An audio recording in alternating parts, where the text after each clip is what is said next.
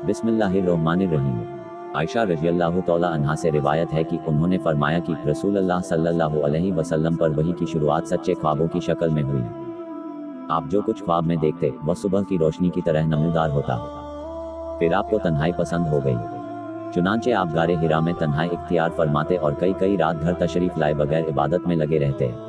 आप खाने पीने का सामान घर से ले जाकर वहाँ कुछ रोज गुजारते।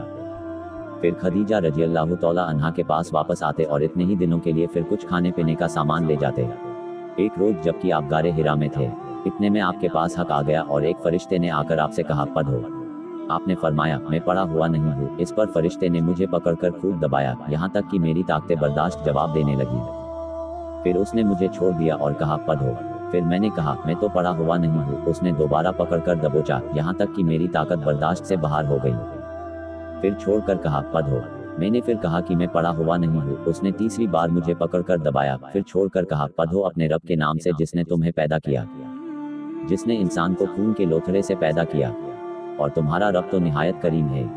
रसूल अल्लाह सल्लल्लाहु अलैहि वसल्लम इन आयतों को लेकर वापस आए और आपका दिल धड़क रहा था। चुनांचे आप अपनी बीवी खदीजा बिन्ते खुवैलिद रज़ियल्लाहु तआला अन्हा के पास तशरीफ लाए और फरमाया मुझे चादर उठा दो, मुझे चादर उठा दो। उन्होंने आपको चादर उठा दी, यहाँ तक कि डर की हालत खत्म हो गई। फिर आपने खदीजा रज़ियल्लाहु तआला अन्हा को किस्से की खबर देते हुए फरमाया मुझे अपनी जान का डर है। खदीजा रज़ियल्लाहु तआला अन्हा ने कहा बिल्कुल नहीं, अल्लाह की कसम, अल्लाह तआला आपको कभी जलील नहीं करेगा। आप रिश्ते जोड़ते हैं, कमजोरों का बोझ उठाते हैं, फकीरों व मोहताजों को कमा कर देते हैं, मेहमानों की खातिरदारी करते हैं और हक के सिलसिले में पेश आने वाली तकलीफों में मदद करते हैं। फिर खदीजा रज़ियल्लाहु तआला अन्हा रसूल अल्लाह सल्लल्लाहु अलैहि वसल्लम को साथ लेकर अपने चचाजाद भाई बरका बिन नौफल बिन असद बिन अब्दुल उज्जा के पास आई।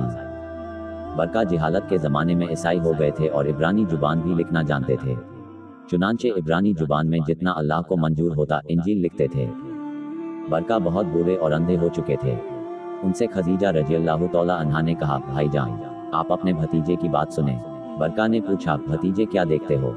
रसूल अल्लाह सल्लल्लाहु अलैहि वसल्लम ने जो कुछ देखा था वह बयां कर दिया। इस पर बरका ने आपसे कहा यह तो वही नामूस वही लाने वाला फरिश्ता है जिस अल्लाह ने मूसा अलैहिस्सलाम पर नाजिल फरमाया था। काश मैं आपके नबी होने के ज़माने में ताकतवर होता, काश मैं उस वक्त तक जिंदा रहूं जब आपकी कौम आपको निकाल देगी। रसूल अल्लाह सल्लल्लाहु अलैहि वसल्लम ने फरमाया अच्छा तो क्या वह लोग मुझे निकाल देंगे? बरका ने कहा हाँ, जब भी कोई आदमी इस तरह का पैगाम लाया जैसा आप लाए हैं तो उससे जरूर दुश्मनी की गई, और अगर मुझे आपका जमाना नसीब हुआ तो मैं तुम्हारी भरपूर मदद करूंगा। उसके बाद बरका जल्दी ही मर गए और वही रुक गई। वही रुक जाने के ज़माने में सिर्फ कुरान के नाजिल होने में देर हुई थी। हजरत जिब्राइल का आना जाना खत्म नहीं हुआ था, और जब कभी आप पहाड़ पर अपने आप को गिरा देने के इरादे से चलते तो आपको तसल्ली देने के लिए हजरत जिब्राइल अलैहिस्सलाम तशरीफ लाते और आपको नबी बरहक होने का पैगाम सुनाते।